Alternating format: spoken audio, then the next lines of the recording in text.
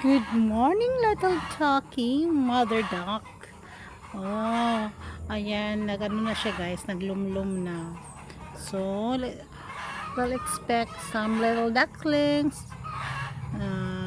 Mga ilang araw ngayon. Magka, ano na yan, magka itik na. At mayroong isa din, tingnan natin ha.